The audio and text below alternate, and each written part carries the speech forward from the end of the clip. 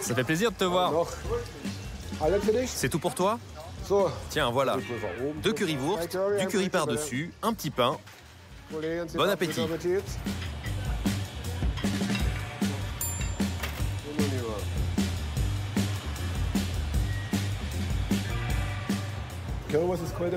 La currywurst, c'est culte à Berlin. Il paraît que c'est Herta Heuwer, une berlinoise, qui l'a inventée. Elle a fabriqué son propre ketchup, l'a marié à une saucisse, et tout est parti de là. Là, on prend de la moutarde.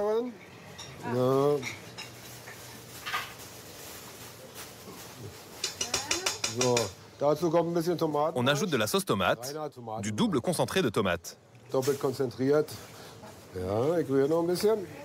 Je touille un peu. Tout doit être bien réparti pour qu'il y en ait partout. Et maintenant, j'ajoute mon mélange d'épices spécial.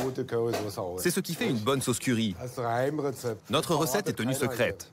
Personne ici ne vous dira rien. On mélange encore un peu et on verse ça là-dedans.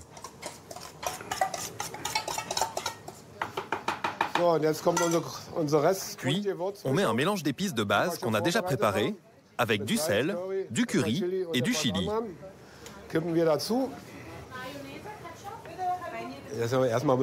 La chose la plus importante, c'est d'avoir une bonne poudre de curry. Je me fais livrer la mienne du Sri Lanka. Je suis allé en vacances là-bas et j'en ai profité pour visiter une plantation d'épices. J'ai trouvé cette poudre de curry qui ne brûle pas trop, tout en étant bien épicée. Elle est vraiment bonne. Maintenant, on met un petit seau d'eau fraîche et on mélange tout ça. C'est pour ça que j'ai une perceuse.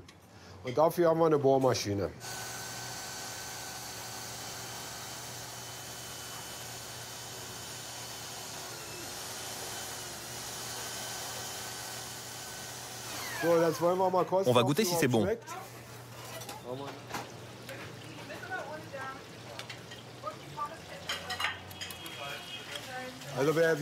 On fait une currywurst sans boyau et une autre avec boyau, qui est fumée et légèrement piquante. Et voilà. Il faut les inciser pour ne pas qu'elles explosent à la cuisson et qu'elles puissent s'épanouir, pour qu'elles aient l'air de petites fleurs de lotus.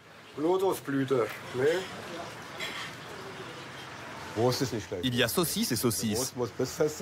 Les bonnes doivent craquer en bouche, être grillées à point, croustillantes à l'extérieur, tendres à l'intérieur, et ne pas être trop épicées pour bien s'accommoder avec notre ketchup maison. Un vrai mariage en bouche.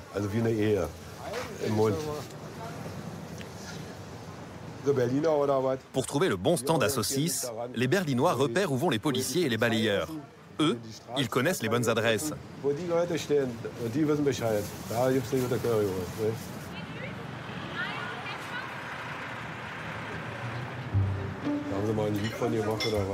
Il y a une chanson qui dit « Tout a une fin, sauf la saucisse, qui en a 2. » Et où est-ce qu'elle est passée? Dans le ventre.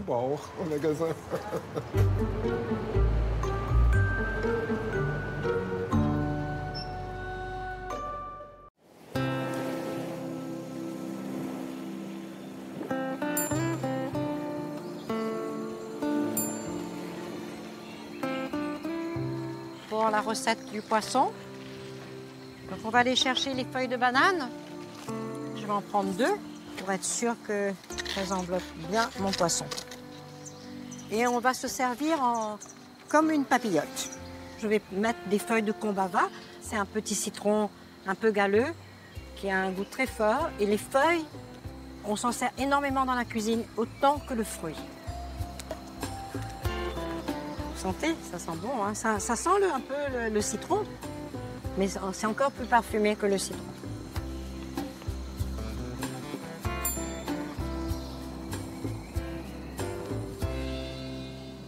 On va s'occuper d'abord du poisson, on va l'assaisonner. On va d'abord retirer le filet. C'est un poisson courant à Maurice, le capitane. Le capitane est un poisson de premier choix à chair blanche. Je suis en train d'enlever la peau du poisson pour avoir le filet franc. C'est un mélange de recettes du sud de l'Inde. d'Afrique aussi, en fait. Hein. On fait du poisson dans les feuilles de coco ou dans les feuilles de banane. Je vais le couper en deux pour faire 2 papillotes. Alors, on va commencer par le sel, le poivré. Je vais le badigeonner un peu d'ail des 2 côtés. On ajoute du gingembre. Donc, je vais découper ma feuille de banane. On va la découper pour faire les papillotes. Alors là, je suis en train de chauffer la feuille de banane.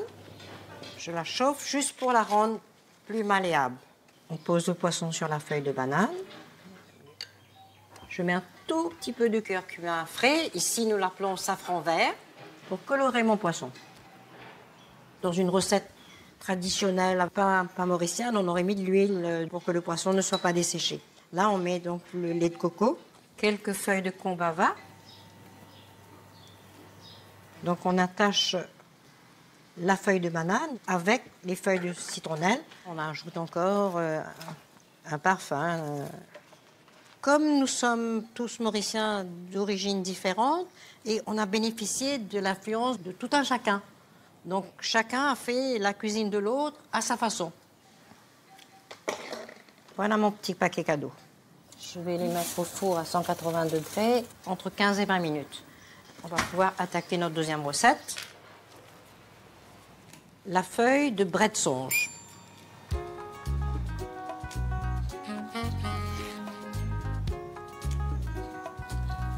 Dans notre cuisine, on utilise énormément les feuilles.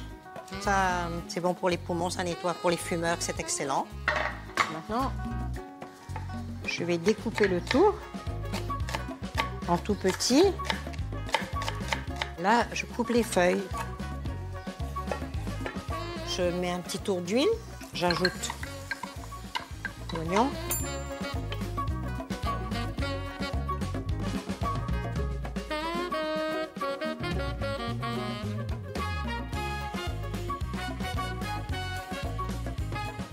Noah, passe ton assiette. Et un petit peu de bret de songe sur ton riz. La feuille de banane permet que le poisson ne se dessèche pas, qu'il reste moelleux. On va dehors.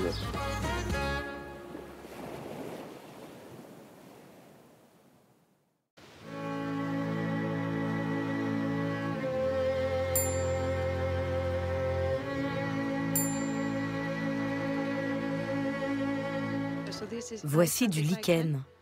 On l'appelle aussi mousse d'Islande. C'est un organisme qui se situe entre le champignon et l'algue. Ici, on l'utilise pour se soigner, mais on aime aussi le manger. En islandais, on l'appelle fjallagros. Ça se traduit par l'herbe qui pousse dans la montagne.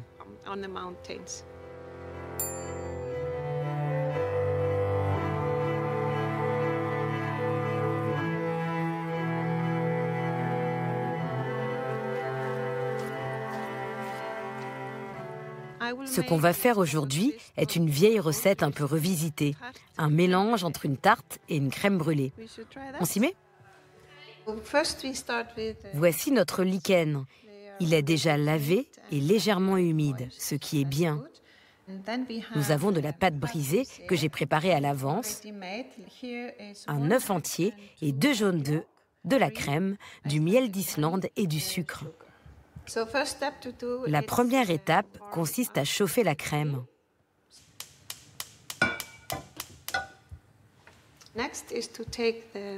Ensuite, on prend le lichen qu'on mélange à la crème chaude. On le laisse infuser dans la crème pendant 15 à 20 minutes. De cette manière, le lichen va donner un goût très délicat, un parfum de vanille.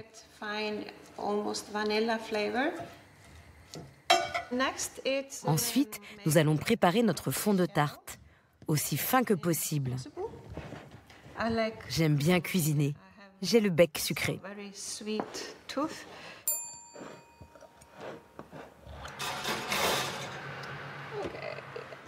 Je mets le minuteur. La prochaine étape, c'est de fouetter les œufs avec le sucre et le miel.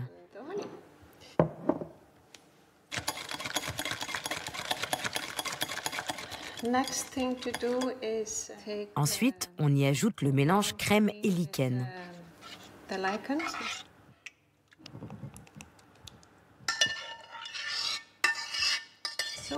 Voilà, c'est bon.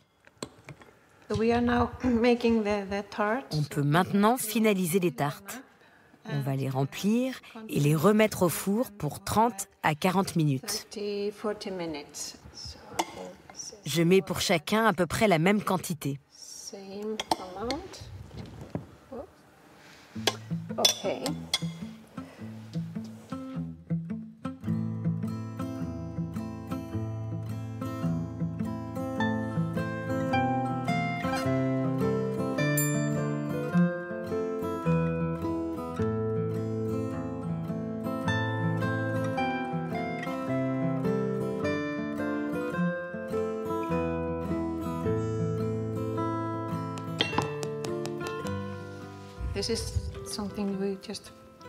C'est quelque chose que vous ne trouverez pas ailleurs. Son goût est si spécifique. Des montagnes à l'assiette. Oui, j'adore ça.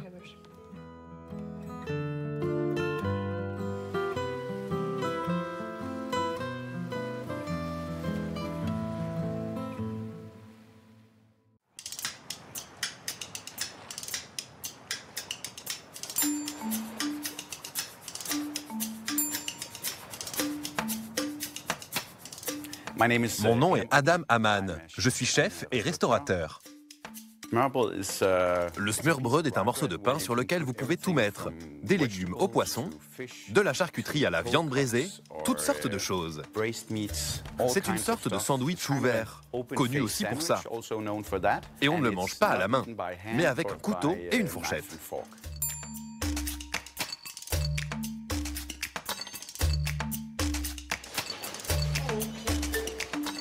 Nous allons faire un smørrebrød aux betteraves, cuit au four et avec une émulsion de fromage, un fromage danois affiné. Puis, nous mélangerons les betteraves avec de la pomme, un peu de jus de betterave réduit et une vinaigrette de fleurs d'aneth. La première étape, je vais vous montrer comment faire un pain de seigle. Pourquoi le pain de seigle est une part si importante dans la gastronomie scandinave ? Principalement parce que c'était le grain le plus facile à faire pousser ici. C'est devenu un classique, la pierre angulaire de la gastronomie danoise. Donc, je mélange d'abord le grain entier avec de l'eau. Puis, j'ajoute le levain. Et nous avons deux types de sirop. Un sirop brun classique et ici, un sirop de malt. C'est ce qui donnera la couleur sombre. Ça apporte une autre dimension au pain de seigle. La farine de seigle vient à la fin.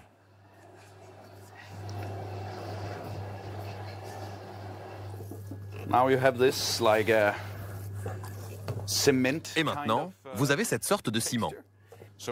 Nous allons le mettre dans des moules. On va laisser lever pendant 24 heures.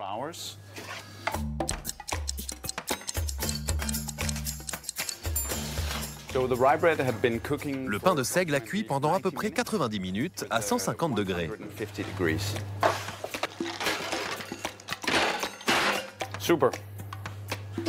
Et maintenant, nous pouvons faire le smørrebrød.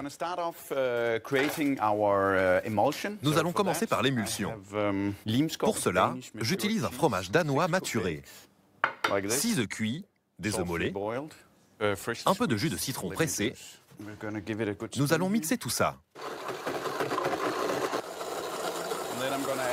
Puis, j'ajoute l'huile. Et on a cette texture très douce et crémeuse. La prochaine étape est de peler les betteraves. Traditionnellement, on garnit plutôt le smørrebrød avec de la viande. J'essaie d'arranger un peu ça. Plus de pain de seigle et beaucoup plus de légumes. La betterave cuite, je la coupe en gros morceaux. Ça, c'est un autre type de betterave, faite en pickle. Je vais la râper. Je vais faire une vinaigrette, moutarde en grains, de l'huile et un peu de vinaigre de fleurs d'aneth.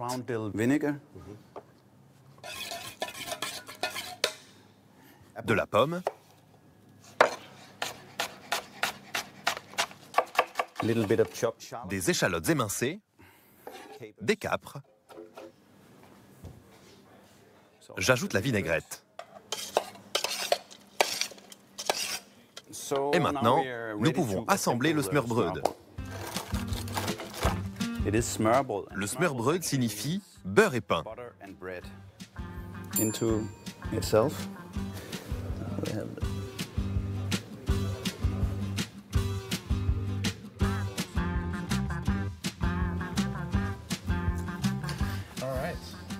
Ah, tu as commencé il y a 3 jours.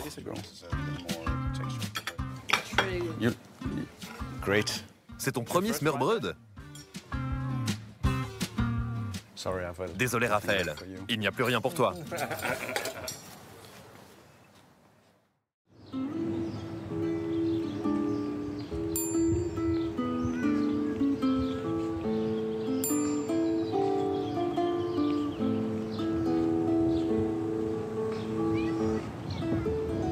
J'aime le gazpacho parce que c'est un plat chargé d'histoire. C'est un plat savoureux.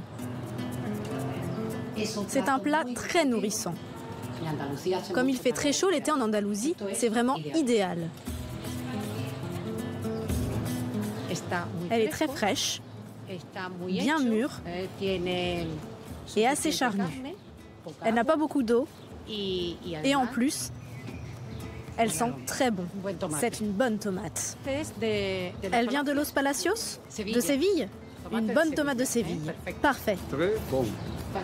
Merci pour tout.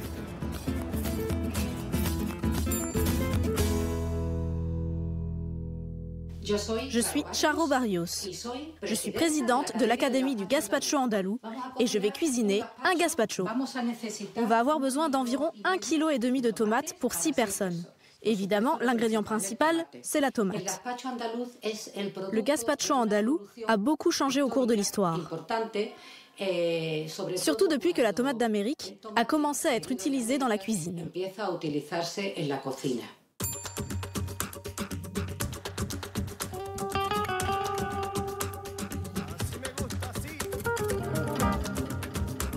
Les poivrons proviennent également d'un potager tout proche, dans la région de Séville. L'ail est essentiel.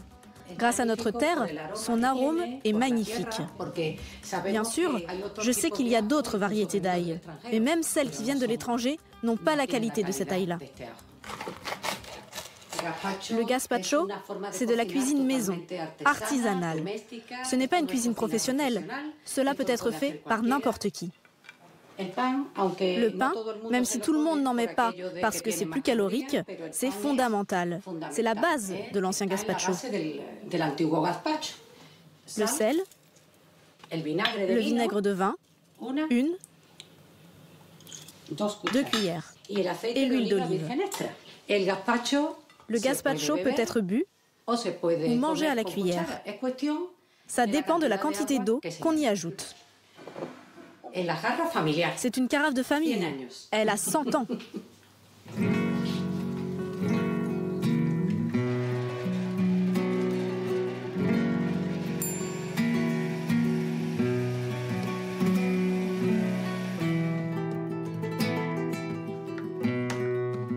L'odeur est spectaculaire.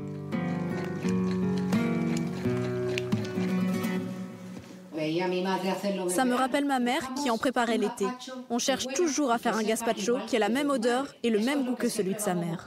C'est ce que nous recherchons toujours dans la cuisine. Parce que la cuisine, c'est de la mémoire. De la mémoire faite de souvenirs d'odeurs et de saveurs. Un petit gazpacho ?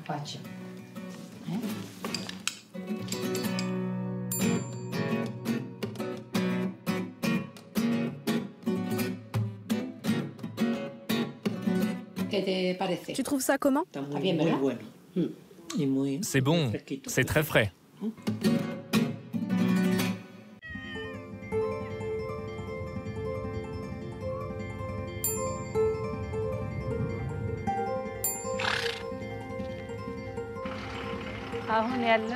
Nous sommes ici dans le petit village d'Aradicha. On y respire l'air pur de la montagne. Aujourd'hui, nous allons manger du genfo, et du boula. Ce sont 2 plats très populaires qu'on partage pour le petit déjeuner en Éthiopie. Toutes les familles en préparent. Le genfo, plus précisément, se mange 1 semaine avant la naissance d'un enfant. On appelle ça le jour du genfo.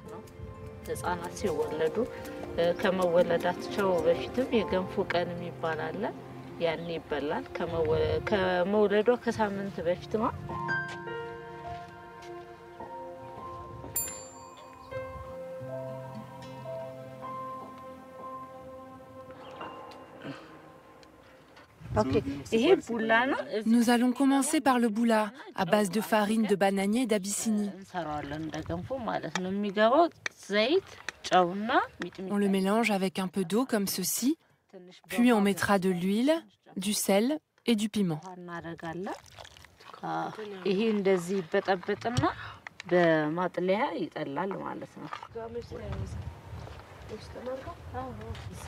On va mettre la casserole au feu.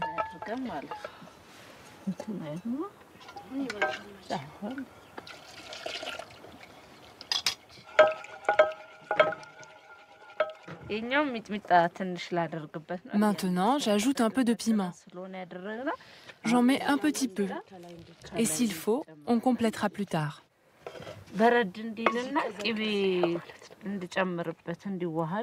Et pour finir, je vais faire un creux pour y verser de l'huile et du beurre clarifié fondu. J'y mets aussi ma poudre berbéri.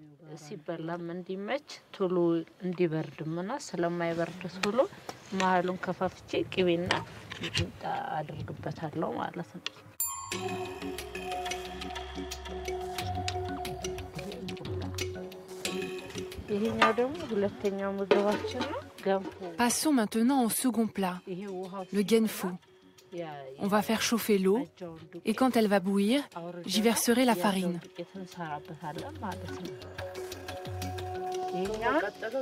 Voilà pour la farine.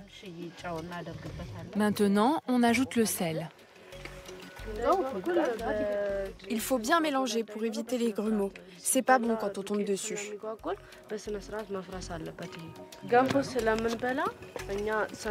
Quand on mange régulièrement du genfo, ça nous donne de la force pour courir à travers les champs. Et c'est surtout très bon pour les femmes qui accouchent. Ça stimule la production de lait.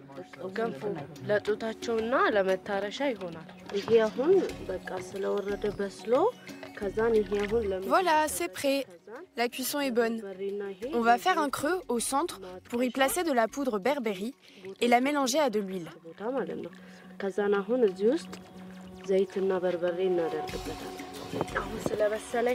C'est prêt.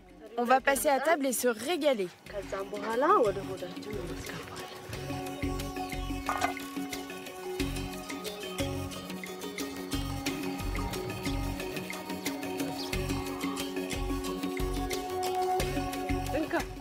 Petit enfant, viens manger.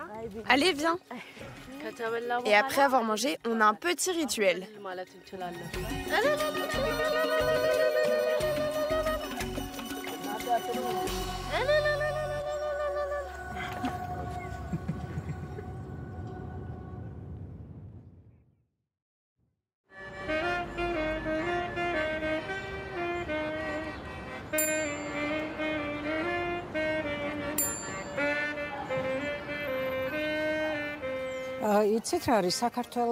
Vous savez, la Géorgie, c'est un pays pastoral, un pays d'élevage, un pays agricole. Et chez nous, il y avait une grande tradition de production laitière. C'est pour ça que chaque région a son propre ratchapuri et son propre fromage. Les questions liées au lait et au fromage sont sacrées pour les Géorgiens.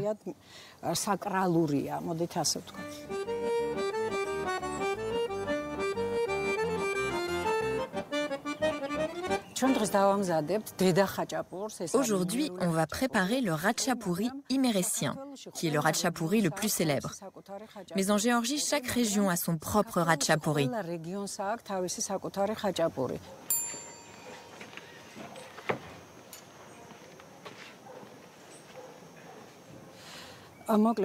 Nous avons donc de la crème aigre, du lait tiède, du sel, un peu de sucre et du fromage iméricien. La première étape, c'est de préparer la farine. Un ratchapouri, puis le deuxième. On compte comme ça. Je vais faire selon la méthode traditionnelle, comme faisaient nos ancêtres. Puis on ajoute le sel. Ça, c'est la levure. C'est 11 grammes, à peu près une cuillère à café. Là, je prépare le mélange de lait tiède et de crème aigre. Il ne faut pas brutaliser la pâte du ratchapouri. Il faut la caresser pour qu'elle soit bien faite. On cherche à ce qu'elle soit élastique et uniforme. Une pâte qui ne colle pas à la main. Regardez, ça s'enlève déjà. On va la couvrir et attendre que ça lève.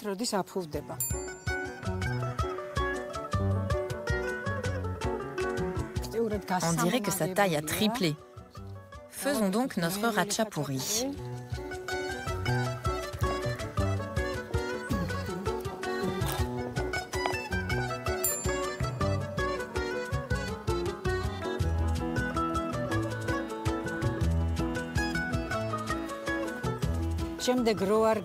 Pour que ça ne s'ouvre pas et que le fromage se répartisse de manière homogène, nous allons commencer à l'étaler en retournant la pâte.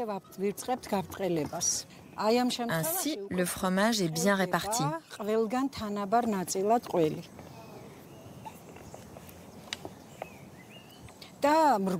Et c'est de forme ronde, parce que c'est une offrande pour le soleil. Pour l'amener à un lieu de pèlerinage, ils le cuisaient comme ça.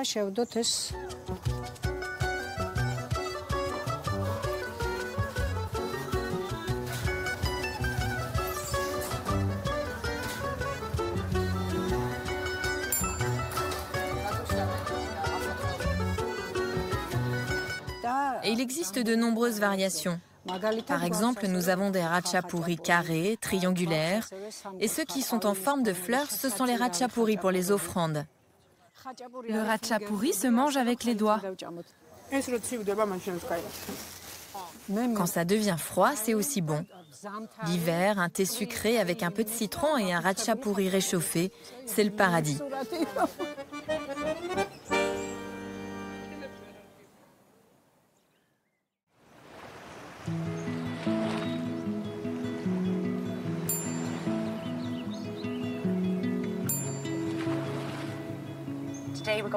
Aujourd'hui, nous allons cuisiner le seafood chowder.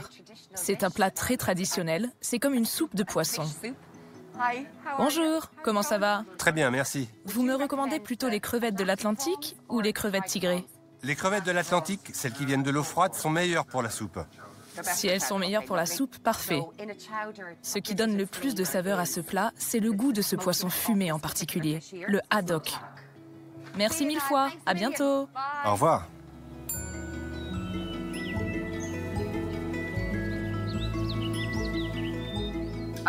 J'aime cuisiner cette soupe parce qu'elle apporte toutes les différentes saveurs de nos fruits de mer qui sont excellents en Irlande.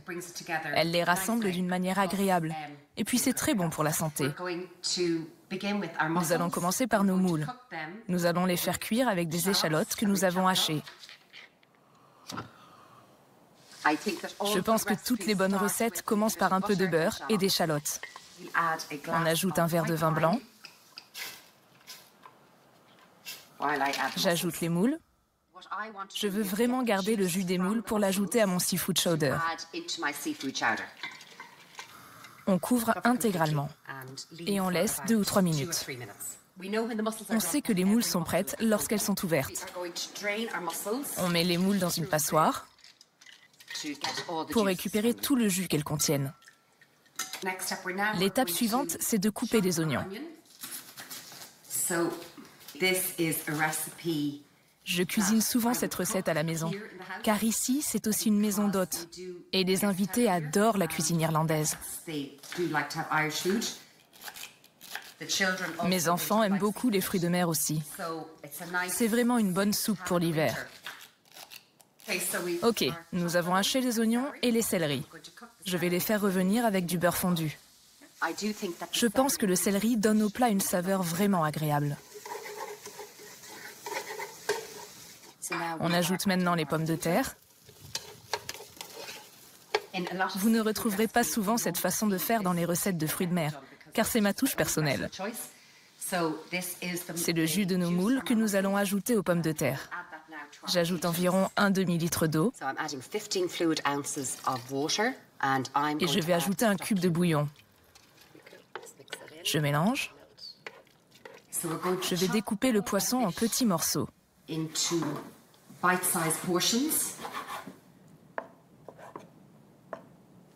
Et j'ajoute 300 ml de lait. Le lait ajoute plus de liquide et ça fait plus de sauce. Ok, maintenant nous allons ajouter nos poissons à notre sauce. Le saumon, le merlu, le haddock. Il faut faire attention aux poissons en mélangeant, pour ne pas qu'ils tombent en morceaux.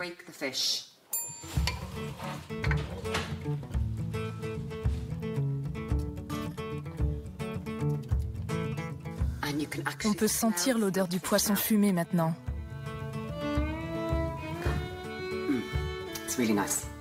C'est vraiment bon.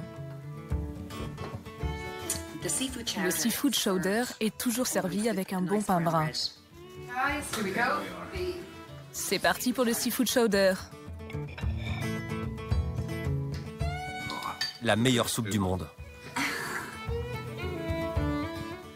Parfait. Ça te plaît? C'est bon. À ton tour de cuisiner la prochaine fois. Santé!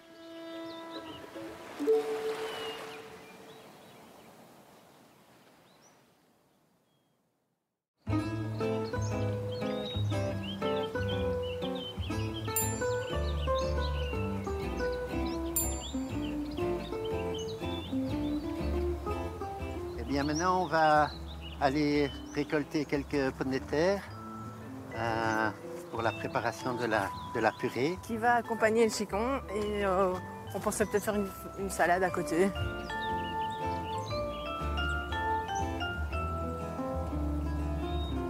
Alors, pour la salade, on peut aussi agrémenter de quelques fleurs et quelques feuilles de capucine. Ça, c'est un goût poivré et ça décore très bien aussi, hein, c'est des belles couleurs. Ok, top. Je vais prendre déjà tout ça. Voilà. Ça va être joli. Bah, je pense qu'on est déjà bien.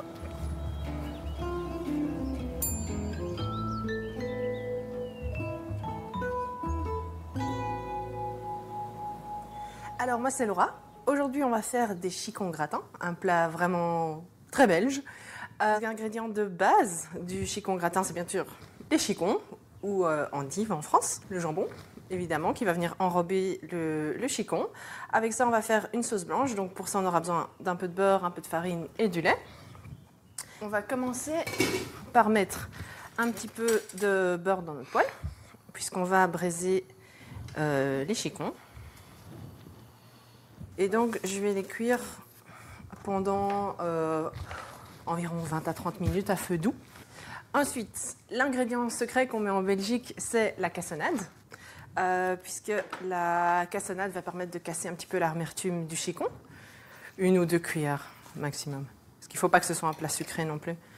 On va simplement remettre le couvercle et laisser cuire gentiment pendant 20-30 minutes à feu moyen à doux. Pendant ce temps-là, on va préparer notre purée et la sauce béchamel. Et pour ça, on va faire un roux. Donc, on va mettre un peu de beurre qu'on va faire fondre dans la casserole et on va ajouter de la farine.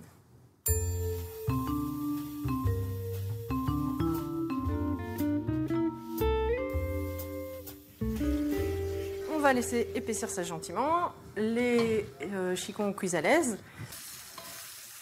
Donc voilà, là c'est parfait, il commence à avoir un peu de couleur, ça vient du sucre caramélisé. Vérification de la cuisson, si le couteau passe bien au travers, c'est cuit. Et donc là, voilà, encore un petit peu, quelques minutes.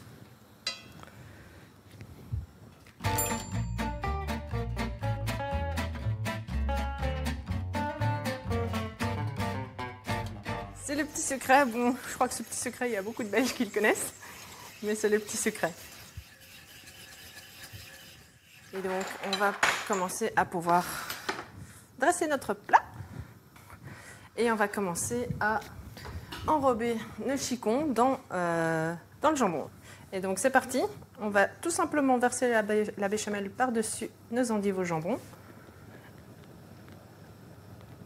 L'élément crucial du chicon gratin, c'est le gratin et donc le fromage. Ici, j'ai des Emmental. On va être généreux. On va faire bien gratiner.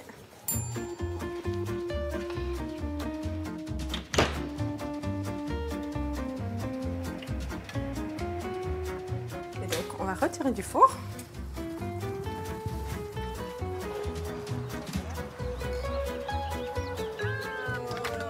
Merci. Ah bah ça c'est vraiment les repas en famille du dimanche. Avec les grands-parents qui étaient cultivateurs de chicons. Ça me rappelle complètement mon enfance. Vive la Belgique! Ouais.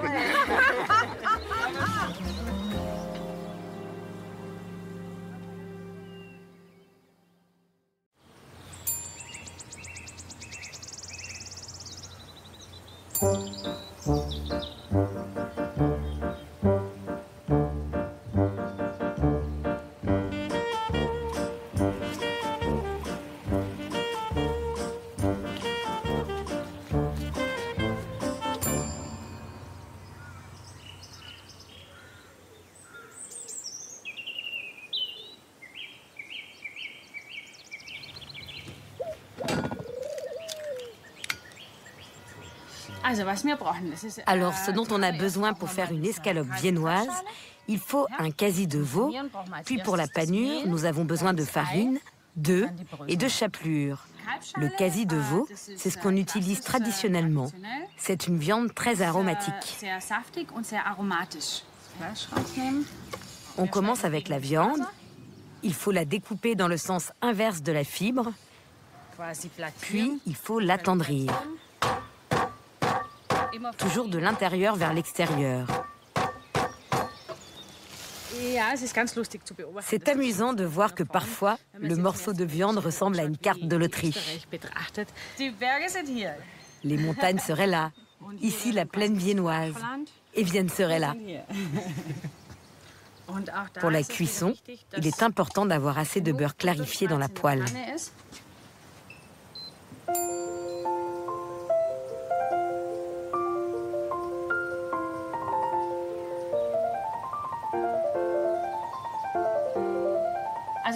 Nous commençons maintenant la panure. D'abord la farine.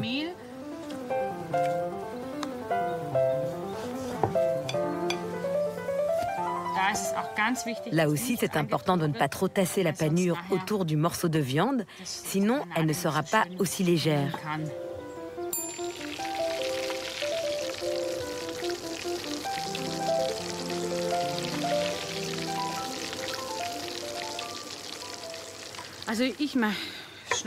Je coupe le citron de manière à ce qu'on puisse le presser avec les doigts et que le jus coule bien le long de cette partie sans éclabousser.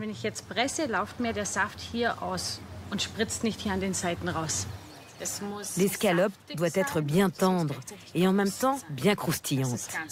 Dans le passé, elle s'accompagnait simplement d'une salade verte, mais de nos jours, on l'accompagne plutôt d'une salade de pommes de terre.